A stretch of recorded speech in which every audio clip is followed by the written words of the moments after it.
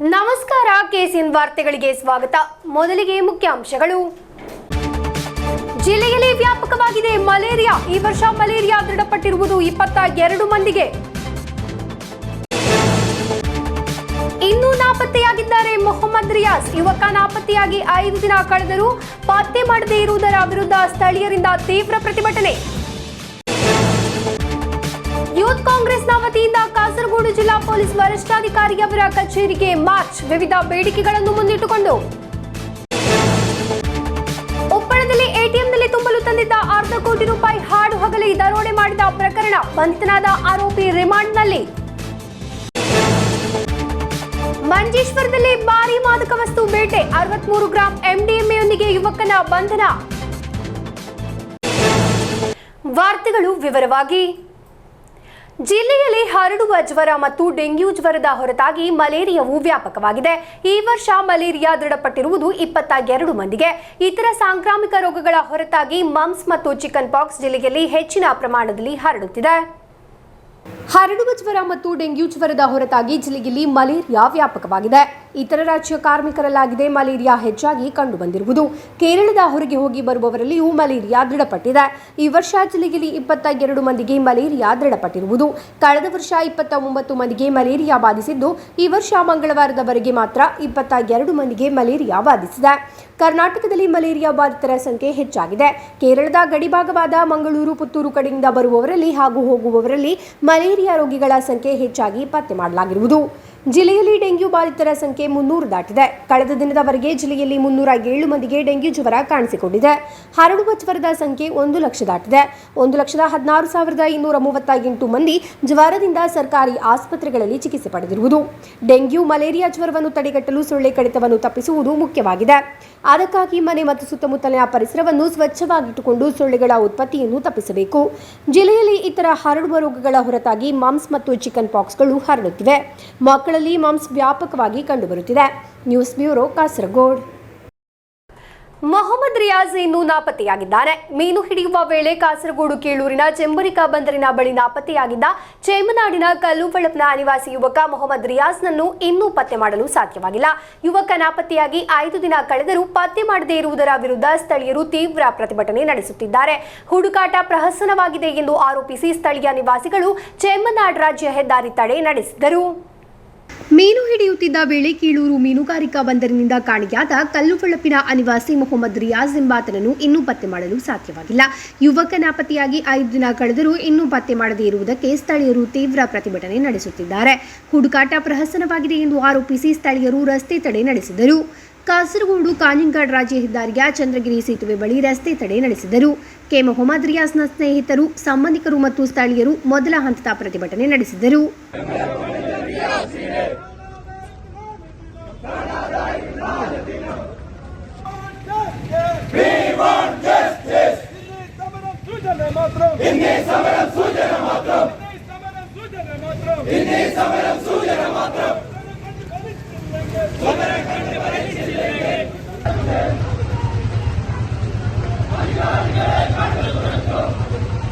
ಮೇಲ್ಪುರಂ inspector Santosh Kumar ನೇತೃತ್ವದ police ತಂಡ ಸ್ಥಳಕ್ಕೆ ಆಗಮಿಸಿದೆ. ನಂತರ ಜಿಲ್ಲಾಧಿಕಾರಿಯವರು ರಾತ್ರಿಯೇ ಸ್ಥಳೀಯರನ್ನು ಚೇಂಬರ್ಗೆ ಕರೆಸಿ ಚರ್ಚೆ ನಡೆಸಿದರು. ಸರ್ಕಾರದ ವ್ಯವಸ್ಥೆ ಬಲಪಡಿಸದೇ ಇದ್ದಲ್ಲಿ ಪ್ರತಿಭಟನೆಯನ್ನು ತೀವ್ರಗೊಳಿಸಲು ಸ್ಥಳೀಯರು ನಿರ್ಧರಿಸಿದ್ದಾರೆ. ಇದೇ ವೇಳೆ ಮಂಜೇಶ್ವರ ಶಾಸಕ ಎ.ಕೆ. ಅಶ್ರಫ್ ಅವರ ಮಧ್ಯಸ್ಥಿಕೆಯಲ್ಲಿ ಮುಳುಗು ತಜ್ಞ ಈಶ್ವರ್ ಮಲ್ಪೆ ಕೀಳೂರು ತಲುಪಿದ್ದಾರೆ. ಘಟನೆ ನಡೆದು 5 ದಿನ ಕಳೆದರೂ ನಾಪತ್ತೆಯಾಗಿರುವ ಯುವಕ ಪತ್ತೆಯಾಗದ ಕಾರಣ ಬಂದರು ಬಳಿಯ ಬಂಡೆಗಳ ಕೆಳಗೆ ಸಿಲುಕಿರಬಹುದು ಎಂದು ಸ್ಥಳೀಯರು ಶಂಕಿಸಿದ್ದಾರೆ.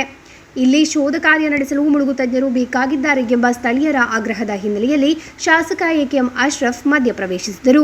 ಶಿರೂರಿನಲ್ಲಿ ಅರ್ಜುನ್ಗಾಗಿ ಹುಡುಕಾಟ ನಡೆಸಿದ ಈಶ್ವರ್ ಮಲ್ಪೆಯನ್ನು ಕೀಳೂರಿಗೆ ಕರೆತಂದಿದ್ದಾರೆ. 20-25 അടി ആളുണ്ട്, പിന്നെ മണലുണ്ട്. ആ കല്ലത്തിലെ ഭാഗത്ത് എല്ലാം നോക്കിയിട്ടുണ്ട്. ക്ലിയർ ആയിട്ട് കാണും. നമ്മളൊരു 4 അടി ക്ലിയർ ആയിട്ട് കാണും. അവിടെ തന്നെ കണ്ടില്ലേ. നിങ്ങൾ കല്ല് എവിടെ മരം ഇട്ട് അവിടെ കീഴെ ഒരു 30 അടി കാണുന്നുണ്ട്. കീഴെ അവിടെ മരം കണ്ട് പിന്നെ മണൽ കെട്ടി ചളിയുണ്ട്. അവിടെ മരം ഒന്നുമില്ല. ആ ചളി കെട്ടിയിട്ട് അടി ഗട്ടിയുണ്ട്. അത് ആ നിൽക്കാൻ ഒന്നും പാടില്ല എന്ന് പറഞ്ഞാൽ അത് ഗട്ടിയുണ്ടോ എത് ബോഡിയെങ്കിലും ഡീകമ്പോസ് ആയി മേലോട്ട് വരും. പിന്നെ കല്ലിൽ സർച്ച് പണി ഒന്നും തന്നെ ഇല്ല. ಅಂದ್ರೆ ഒരു 4 ಅಡಿ ಕ್ಲಿಯರ್ ಆയിട്ട് കാണും ಅಡಿಲೆ. ಈ ವೇಳೆ ಶಾಸಕ ಎನ್.ಎ. ನೆಲ್ಲಿಕುಂದ್ ಅವರು ಸ್ಥಳಕ್ಕೆ ಭೇಟಿ ನೀಡಿ ಮೊಹಮ್ಮದ್ ರಿಯಾಜ್ ಅವರ ಹುಡುಕಾಟಕ್ಕೆ ಸರ್ಕಾರದ ಭಾಗದಿಂದ ಎಲ್ಲಾ ರೀತಿಯ ಸಹಾಯ ಬೇಕು ಎಂದು ಹೇಳಿದರು. നമ്മളെല്ലാവരുടെയും ആഗ്രഹം റിയാസിനെ ജീവനോടെ കിട്ടണമെന്നതാണ്. അപ്പോൾ അതൊക്കെ ദൈവത്തിൻ്റെ കയ്യിലാണ്. അപ്പോൾ റിയാസിനെ നമുക്ക് എങ്ങനെയും കിട്ടണം. അതിന് സർക്കാരിൻ്റെ ഭാഗത്ത് നിന്ന് എല്ലാവിധ തീവ്രമായ ശ്രമങ്ങളും ഉണ്ടാകണമെന്നാണ് പറയുന്നത്. ಕಳೆದ ಶನಿವಾರ ಬೆಳಗ್ಗೆಯಿಂದ ಚಿಮ್ಮನಾಡು 2ನೇ ವಾರ್ಡ್ನ ಕಲ್ಲುಬಳಪಿನ ನಿವಾಸಿ ಕೆ ಮೊಹಮ್ಮದ್ ರಿಯಾಜ್ ಎಂಬ ಯುವಕ ಕೇಳೂರು ಮೀನುಗಾರಿಕಾ ಬಂದರಿನಿಂದ ನಾಪತ್ತೆಯಾಗಿರುವುದು. ಬಂದರಿನಲ್ಲಿ ರಿಯಾಜ್ ಅವರ ಸ್ಕೂಟರ್ ಮತ್ತು ಮೀನು ಹಿಡಿಯುವ ಉಪಕರಣಗಳು ಇದ್ದವು. ಮೀನು ಹಿಡಿಯುವ ವೇಳೆ ಆಕಸ್ಮಿಕವಾಗಿ ನೀರಿಗೆ ಬಿದ್ದಿರಬಹುದೆಂಬ ಶಂಕೆಯಿಂದ ಸ್ಥಳೀಯರು, ಕರಾವಳಿ ಪೊಲೀಸರು ಹಾಗೂ ಅಗ್ನಿಶಾಮಕ ಸಿಬ್ಬಂದಿ ಸೇರಿ ಚಂದ್ರಗಿರಿ ಹೊಳೆ ಹಾಗೂ ದಡದಲ್ಲಿ ಹುಡುಕಾಟ ನಡೆಸಿದರೂ ಪತ್ತೆಯಾಗಿರಲಿಲ್ಲ.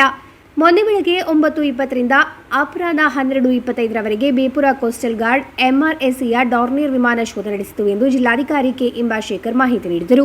ಕಂದಾಯ, ಪೊಲೀಸ್, ಅಗ್ನಿಶಾಮಕ ದಳ, ಮೀನುಗಾರಿಕೆ ಮತ್ತಿತರ ಇಲಾಖೆ ಹಾಗೂ ಸ್ಥಳೀಯರ ನೇತೃತ್ವದಲ್ಲಿ ಸಮುದ್ರದಲ್ಲಿ ಶೋಧ ಕಾರ್ಯ ತೀವ್ರಗೊಳಿಸಲು ನೌಕಾಪಡೆಯ ನೆರವು ಕೋರಲಾಗಿದೆ ಎಂದು ಜಿಲ್ಲಾಧಿಕಾರಿಯವರು ತಿಳಿಸಿದ್ದಾರೆ. News bureau, Kasaragod. ಮುಖ್ಯಮಂತ್ರಿಯವರು ರಾಜೀನಾಮೆ ನೀಡಬೇಕು, ಎಡಿಜಿಪಿ MR ಅಜಿತ್ ಅವರನ್ನು ಸಂರಕ್ಷಿಸುವ ಕ್ರಮವನ್ನು ಅಂತ್ಯಗೊಳಿಸಬೇಕು ಮುಂತಾದ ಬೇಡಿಕೆಗಳನ್ನು ಮುಂದಿಟ್ಟುಕೊಂಡು ಯೂತ್ ಕಾಂಗ್ರೆಸ್ ಕಾಸರಗೋಡು ಜಿಲ್ಲಾ ಪೊಲೀಸ್ ವರಿಷ್ಠಾಧಿಕಾರಿಯವರ ಕಚೇರಿಗೆ ಮಾರ್ಚ್ ನಡೆಸಿದರು. ಕಾರ್ಯಕರ್ತರನ್ನು ವಾಪಸ್ ಬಿಡಲು ಪೊಲೀಸರು ಜಲಫಿರಂಗಿ ಪ್ರಯೋಗಿಸಿದರು. ಮಾರ್ಚ್ ಅನ್ನು ಜೋ ಮಂಜೋಸ್ ಉದ್ಘಾಟಿಸಿದರು. ಮುಖ್ಯಮಂತ್ರಿಯವರು ರಾಜೀನಾಮೆ ನೀಡಬೇಕು, ಎಡಿಜಿಪಿ MR ಅಜಿತ್ ಅವರನ್ನು ಸಂರಕ್ಷಿಸುವ ಕ್ರಮವನ್ನು ಅಂತ್ಯಗೊಳಿಸಬೇಕು ಮುಂತಾದ ಬೇಡಿಕೆಗಳನ್ನು ಮುಂದಿಟ್ಟುಕೊಂಡು ಯೂತ್ ಕಾಂಗ್ರೆಸ್ ವತಿಯಿಂದ ಕಾಸರಗೋಡು ಜಿಲ್ಲಾ ಪೊಲೀಸ್ ವರಿಷ್ಠಾಧಿಕಾರಿಯವರ ಕಚೇರಿಗೆ ಮಾರ್ಚ್ ನಡೆಸಲಾಯಿತು. ವಿದ್ಯಾನಗರ ಕಾಲೇಜು ಸಮೀಪದಿಂದ ಆರಂಭವಾದ ಮಾರ್ಚ್ ಅನ್ನು ಪೊಲೀಸ್ ವರಿಷ್ಠಾಧಿಕಾರಿಯವರ ಕಚೇರಿ ಎದುರು ಪೊಲೀಸರು ಬ್ಯಾರಿಕೇಡ್ ಹಾಕಿ ತಡೆದರು.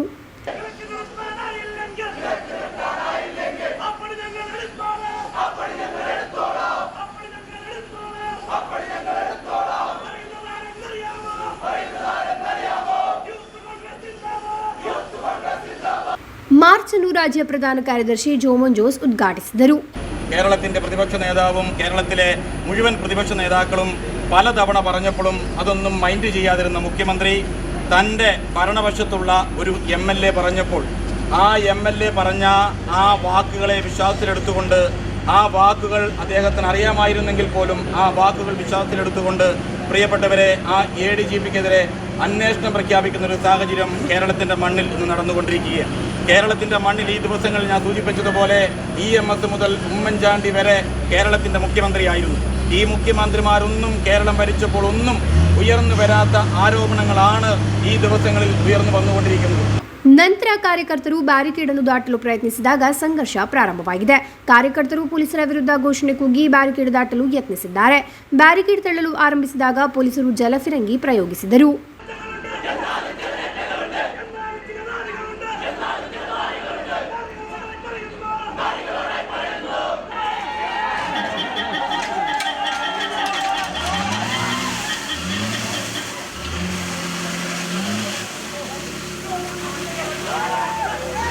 ಜಿಲ್ಲಾಧ್ಯಕ್ಷ ಕೆಪಿ ಕಾರ್ತಿಕೇಯನ್ ಅಧ್ಯಕ್ಷತೆ ವಹಿಸಿದ್ದರು. BP Pradeep Kumar, Tony K Thomas, Rafeeq Katumadam, Girikrishnan, Martin George, Rajitha Rajan, Anoop, Haris Machampady, Deepu ಮುಂತಾದವರು ಮಾರ್ಚ್ಗೆ ನೇತೃತ್ವ ವಹಿಸಿದ್ದರು. News bureau, Kasaragod. ಉಪ್ಪಳದಲ್ಲಿ ಎಟಿಎಂನಲ್ಲಿ ತುಂಬಲು ತಂದಿದ್ದ ₹1/2 ಕೋಟಿ ಹಾಡುಹಗಲೇ ದರೋಡೆ ಮಾಡಿದ ಪ್ರಕರಣದಲ್ಲಿ ಬಂಧಿತನಾದ ಆರೋಪಿಯನ್ನು ರಿಮಾಂಡ್ ಮಾಡಲಾಗಿದೆ. ತಮಿಳುನಾಡು ತಿರುಟು ಗ್ರಾಮಂ ನಿವಾಸಿ ಮುತ್ತುಕುಮಾರನ್ ಎಂಬಾತನನ್ನು ಕಳೆದ ದಿನ ಮಂಜೇಶ್ವರ ಪೊಲೀಸರು ಬಂಧಿಸಿದ್ದಾರೆ. ಘಟನೆಯಲ್ಲಿ ತಿರುಟು ಗ್ರಾಮದ ಇನ್ನೂ ಇಬ್ಬರನ್ನು ಬಂಧಿಸಬೇಕಾಗಿದೆ. ಉಪ್ಪಳದಲ್ಲಿ ಎಟಿಎಂಗೆ ತುಂಬಲು ತಂದಿದ್ದ ₹1/2 ಕೋಟಿ ಇರುವ ಬಾಕ್ಸ್ ಹಾಡುಹಗಲೇ ಕಳ್ಳತನ ಮಾಡಿದ ಪ್ರಕರಣದಲ್ಲಿ ಒಬ್ಬ ಆರೋಪಿಯನ್ನು ಬಂಧಿಸಲಾಗಿದೆ. ತಮಿಳುನಾಡು ತಿರುಟು ಗ್ರಾಮ ನಿವಾಸಿ ಮುತ್ತುಕುಮಾರನ್ ಎಂಬಾತನನ್ನು ತಿರುಚಿರಪಳ್ಳಿ ರಾಮಜಿನಗರದಲ್ಲಿ ಮಂಜೇಶ್ವರ ಪೊಲೀಸರು ವಶಕ್ಕೆ ಪಡೆದಿದ್ದಾರೆ. ಜಿಲ್ಲಾ ಪೊಲೀಸ್ ವರಿಷ್ಠಾಧಿಕಾರಿ ಡಿ ಶಿಲ್ಪಾ ಅವರ ನೇತೃತ್ವದಲ್ಲಿ Kasaragod DYSP CK Sunil Kumar, inspector Tolson, VP Joseph ಎಂಬುವರ ತಂಡವಾಗಿದೆ ಆರೋಪಿಯನ್ನು ಬಂಧಿಸಿರುವುದು. ಕಳೆದ ಮಾರ್ಚ್ 27ರಂದು ಮಧ್ಯಾಹ್ನ 2 ಗಂಟೆ ಸುಮಾರಿಗೆ ಉಪ್ಪಳ ನಗರದಲ್ಲಿ ಈ ಘಟನೆ ನಡೆದಿದೆ. ಆಕ್ಸಿಸ್ ಬ್ಯಾಂಕ್ನ ಎಟಿಎಂನಲ್ಲಿ ತುಂಬಲು ಹಣ ತಂದ ಖಾಸಗಿ ಕಂಪನಿಯ ವ್ಯಾನ್ ಗಾಜು ಒಡೆದು ₹1/2 ಕೋಟಿ ಇದ್ದ ಬಾಕ್ಸ್ ತೆಗೆದುಕೊಂಡು ಹೋಗಲಾಗಿತ್ತು. ಅಧಿಕಾರಿಗಳು ಚಾಲಕರು ಎಟಿಎಂನಲ್ಲಿ ಹಣ ತುಂಬಲು ಹೋದಾಗ ಆಗಿದೆ ಘಟನೆ. ಎಟಿಎಂ ಮುಂದೆ ವ್ಯಾನ್ ನಿಲ್ಲಿಸಿ ಕೌಂಟರ್ ಪ್ರವೇಶಿಸಿ ಎಟಿಎಂ ಬಾಕ್ಸ್ ಜೋಡಿಸುವ ವೇಳೆ ದರೋಡೆ ನಡೆದಿದೆ.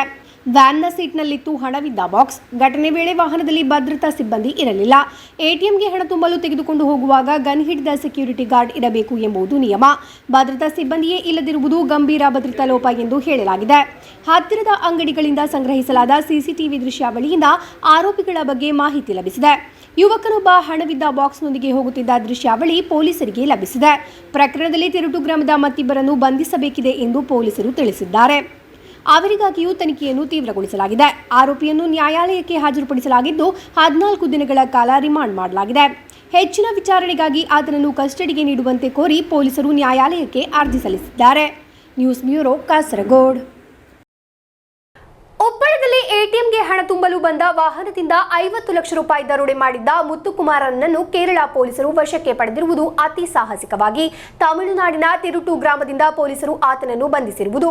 ಕೇರಳ ಸೇರಿದಂತೆ ದೇಶದ ವಿವಿಧೆಡೆ ದರೋಡೆ ನಡೆಸುತ್ತಿದ್ದ ತಂಡದ ಕೊಂಡಿಯಾಗಿದ್ದಾನೆ ಮುತ್ತುಕುಮಾರನೆಂದು ಪೊಲೀಸರು ಶಂಕಿಸಿದ್ದಾರೆ. ಉಪ್ಪಳದಲ್ಲಿ ಎಟಿಎಂಗೆ ಹಣ ತುಂಬಲು ಬಂದಿದ್ದ ವಾಹನದಿಂದ ಕಳ್ಳತನ ಮಾಡಿದ್ದ ಆರೋಪಿಯನ್ನು ಕೇರಳ ಪೊಲೀಸರು ಅತಿ ಸಾಹಸಿಕವಾಗಿ ಹಿಡಿದಿದ್ದಾರೆ. ದರೋಡೆ ನಡೆದ ದಿನವೇ ಮಂಗಳೂರು, ಕಾಸರಗೋಡು ಮತ್ತು ಉಪ್ಪಳದ ಸಿಸಿಟಿವಿಗಳಲ್ಲಿ ಪರಿಶೀಲಿಸಿದಾಗ ಆರೋಪಿಗಳು ಎಂದು ಶಂಕೆ ವ್ಯಕ್ತವಾದವರ ದೃಶ್ಯದಲ್ಲಿ ತ್ರಿಶಿನಪಳ್ಳಿ ತಂಡ ಎಂದು ಪೊಲೀಸರು ಗುರುತಿಸಿದ್ದಾರೆ.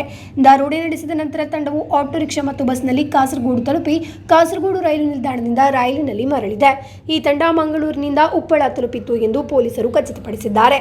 ಕೇರಳ ಸೇರಿದಂತೆ ದೇಶದ ವಿವಿಧೆಡೆ ದರೋಡೆ ನಡೆಸಿದ ತಂಡದ ಕೊಂಡಿ ಮುತ್ತುಕುಮಾರನೆಂದು ಪೊಲೀಸರು ಶಂಕಿಸಿದ್ದಾರೆ.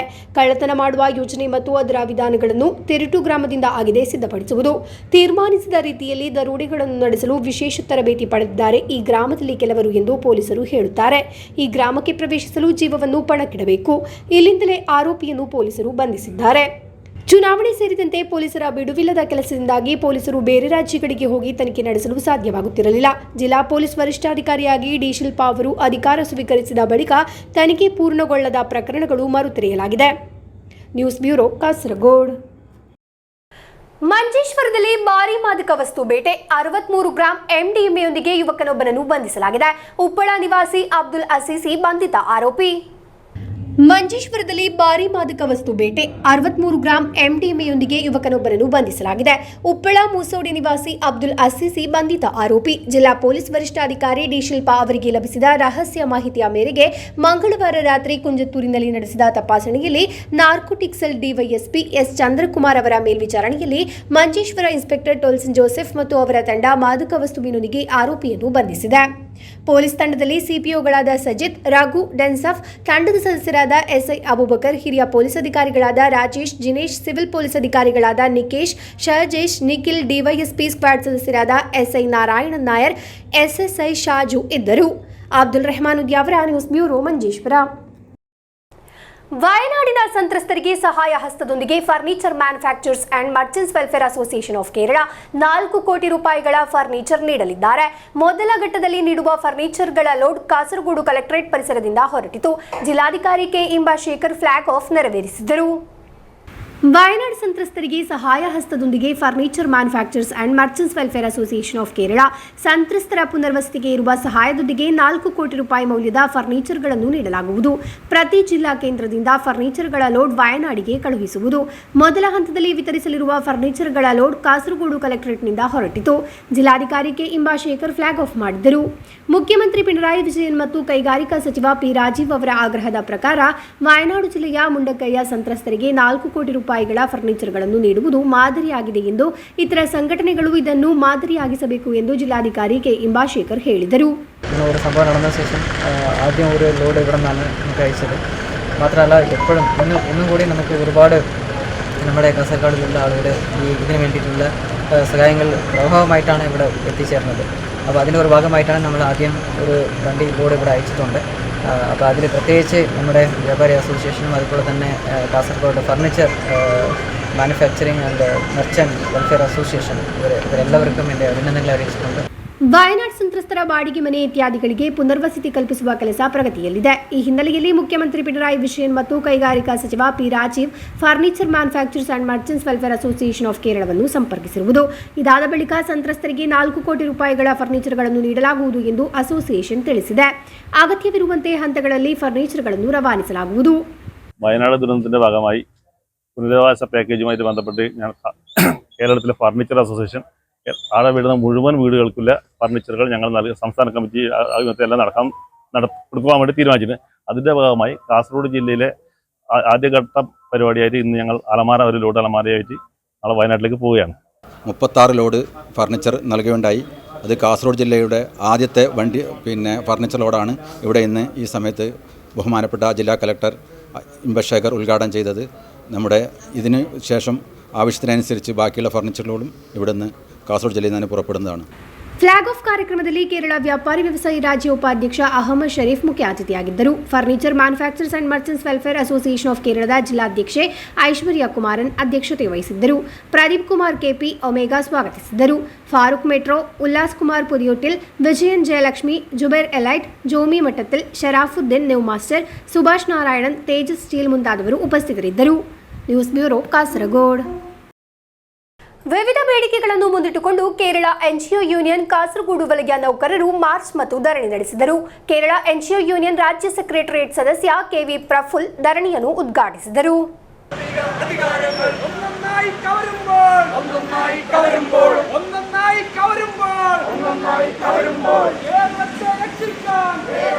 ಕೇರಳವನ್ನು ನಾಶ ಮಾಡುವ ಕೇಂದ್ರ ಸರ್ಕಾರದ ನೀತಿಗಳನ್ನು ಪರಿಷ್ಕರಿಸಬೇಕು, ಪಿಎಫ್ಆರ್ಡಿಎ ಕಾಯ್ದೆ ಹಿಂಪಡೆಯಬೇಕು ಮುಂತಾದ ಬೇಡಿಕೆಗಳನ್ನು ಮುಂದಿಟ್ಟುಕೊಂಡು ಕೇರಳ ಎನ್ಜಿಒ ಯೂನಿಯನ್ ಕಾಸರಗೋಡು ವಲಯ ನೌಕರರು ಮಾರ್ಚ್ ಮತ್ತು ಧರಣಿ ನಡೆಸಿದರು.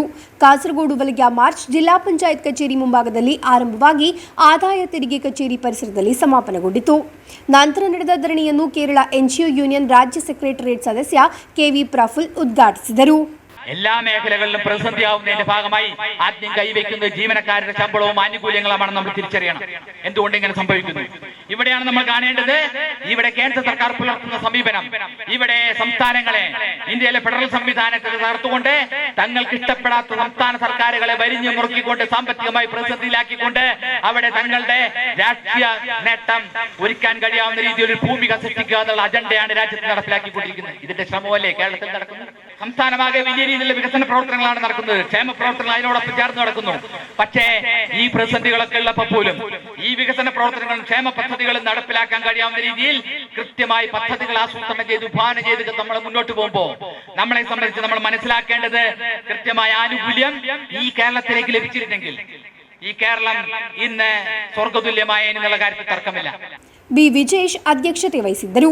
ಎವಿ Reena, PD Ratheesh, A Venugopal, M Sunil Kumar, C Pradeepan, K Manoj, M Surendran ನೇತೃತ್ವ ನೀಡಿದರು. ಜಿಲ್ಲಾ ಕಾರ್ಯದರ್ಶಿ ಟಿ ದಾಮೋದರನ್ ಸ್ವಾಗತಿಸಿ ಜಿಲ್ಲಾ ಜೊತೆ ಕಾರ್ಯದರ್ಶಿ ವಿ ಜಗದೀಶ್ ಧನ್ಯವಾದವಿತ್ತರು. News bureau Kasaragod. Kerala Sahitya academic ಪ್ರಶಸ್ತಿ ವಿಜೇತ ಡಾಕ್ಟರ್ ಎಂ ಶ್ರೀಧರನ್ ಅವರನ್ನು ಕಣ್ಣೂರು ವಿಶ್ವವಿದ್ಯಾನಿಲಯ ಟೀಚರ್ ಎಜುಕೇಷನ್ ಸೆಂಟರ್ ವತಿಯಿಂದ ಸನ್ಮಾನಿಸಲಾಯಿತು. ಕಾಸರಗೋಡು ಗವರ್ನಮೆಂಟ್ ಕಾಲೇಜು ಕನ್ನಡ ವಿಭಾಗದ ಮುಖ್ಯಸ್ಥ ಡಾಕ್ಟರ್ ರತ್ನಾಕರ ಮಲ್ಲಮೂಲೆ ಕಾರ್ಯಕ್ರಮವನ್ನು ಉದ್ಘಾಟಿಸಿದರು. ಕೇರಳ ಸಾಹಿತ್ಯ ಅಕಾಡೆಮಿಕ್ ಪ್ರಶಸ್ತಿ ವಿಜೇತ ಡಾಕ್ಟರ್ ಎಂ ಶ್ರೀಧರನ್ ಅವರನ್ನು ಕಣ್ಣೂರು ವಿಶ್ವವಿದ್ಯಾನಿಲಯ ಟೀಚರ್ ಎಜುಕೇಷನ್ ಸೆಂಟರ್ ವತಿಯಿಂದ ಸನ್ಮಾನಿಸಲಾಯಿತು. ಕಣ್ಣೂರು ವಿಶ್ವವಿದ್ಯಾನಿಲಯದ ಬಹುಭಾಷಾ ಅಧ್ಯಯನ ಕೇಂದ್ರದ ನಿರ್ದೇಶಕ, ಲೇಖಕ ಮತ್ತು ಅನುವಾದಕರಾದ ಡಾಕ್ಟರ್ ಎಂ ಶ್ರೀಧರನ್ ಅವರ ಕಥಾಕಾದಿಕ ಎಂಬ ತುಳು ಭಾಷಾ ಗ್ರಂಥದ ಅನುವಾದ ಪ್ರಶಸ್ತಿಗೆ ಅರ್ಹವಾಗಿದೆ. ಟೀಚರ್ ಎಜುಕೇಷನ್ ಸೆಂಟರ್ನಲ್ಲಿ ನಡೆದ ಕಾರ್ಯಕ್ರಮವನ್ನು ಕಾಸರಗೋಡು ಗವರ್ನಮೆಂಟ್ ಕಾಲೇಜು ಕನ್ನಡ ವಿಭಾಗದ ಮುಖ್ಯಸ್ಥ ಡಾಕ್ಟರ್ ರತ್ನಾಕರ ಮಲ್ಲಮೂಲೆ ಉದ್ಘಾಟಿಸಿದರು. ಹಳೆ ವಿದ್ಯಾರ್ಥಿ, ಯುವ ಬರಹಗಾರ ಹಾಗೂ ಪ್ರಥಮ ಬರಹಗಾರ ಪ್ರಶಸ್ತಿ ವಿಜೇತ ಒಬಿ ಅಜಿತ್ ಕುಮಾರ್ ಅವರನ್ನು ಸನ್ಮಾನಿಸಲಾಯಿತು. ಕೋರ್ಸ್ ಡೈರೆಕ್ಟರ್ ಕೆಸಿ ರಜುಮೋಳ್ ಅಧ್ಯಕ್ಷತೆ ವಹಿಸಿದ್ದರು. ಪಿಟಿಎ ಅಧ್ಯಕ್ಷ PT Benny, doctor Abira, Ajith Ramachandran, V Sibina ಮುಂತಾದವರು ಶುಭ ಹಾರೈಸಿದರು. ಪ್ರಶಸ್ತಿ ವಿಜೇತ ಡಾಕ್ಟರ್ ಎಂ ಶ್ರೀಧರನ್ ಅವರು ಮಾತನಾಡಿ, ತಮಗೆ ಲಭಿಸಿದ ಅಂಗೀಕಾರ ತುಳು ಸಾಹಿತ್ಯಕ್ಕೂ ಕಾಸರಗೋಡು ಜಿಲ್ಲೆಗೂ ಲಭಿಸಿದ ಅಂಗೀಕಾರ ಎಂದು ಹೇಳಿದರು. ಸಿಬ್ಬಂದಿ ಕಾರ್ಯದರ್ಶಿ ಹಾಗೂ ಮಲಯಾಳ ವಿಭಾಗದ ಮುಖ್ಯಸ್ಥ ಪಿಪಿ ಶೋಭರಾಜ್ ಸ್ವಾಗತಿಸಿ ಶಿಕ್ಷಕ ವಿದ್ಯಾರ್ಥಿ ಟಿಪಿ ಅಮಯ ಧನ್ಯವಾದವಿತ್ತರು. News bureau Kasaragod. ಕೇರಳ ರಾಜ್ಯ ವ್ಯಾಪಾರಿ ವ್ಯವಸಾಯಿ ಏಕೋಪನ ಸಮಿತಿ ನೇತೃತ್ವದಲ್ಲಿ ಮಂಜೇಶ್ವರ ವಿಧಾನಸಭಾ ಕ್ಷೇತ್ರ ರೂಪೀಕರಣ ಸಭೆ ನಡೆಯಿತು. ಸಂಘಟನೆಯ ಜಿಲ್ಲಾಧ್ಯಕ್ಷ ಅಹಮದ್ ಶರೀಫ್ ಉದ್ಘಾಟಿಸಿದರು. ಕೇರಳ ರಾಜ್ಯ ವ್ಯಾಪಾರಿ ವ್ಯವಸಾಯಿ ಏಕೋಪನ ಸಮಿತಿಯ ನೇತೃತ್ವದಲ್ಲಿ ಮಂಜೇಶ್ವರ ವಿಧಾನಸಭಾ ಕ್ಷೇತ್ರ ರೂಪೀಕರಣ ಸಭೆ ನಡೆಯಿತು. ಸಭೆಯನ್ನು ಸಂಘಟನೆಯ ಜಿಲ್ಲಾಧ್ಯಕ್ಷ ಅಹಮದ್ ಶರೀಫ್ ಉದ್ಘಾಟಿಸಿದರು. കേരള സർക്കാരുടെ തെറ്റായ നയങ്ങൾ മൂലം നമ്മുടെ ചെറുകിട വ്യാപാര മേഖല അനുദിനം തകർന്നുകൊണ്ടിരിക്കുകയാണ്. ഈ രാജ്യത്തെ വൻകിട കോർപ്പറേറ്റുകളുടെ ഓൺലൈൻ വ്യാപാരവും അതുപോലെ അനധികൃത വഴിവാണിഭ കച്ചവടം മൂലം ചെറുകിട വ്യാപാരികളൊക്കെ അടച്ചുപൂട്ടൽ ഭീഷണി നേരിട്ടുകൊണ്ടിരിക്കുകയാണ്.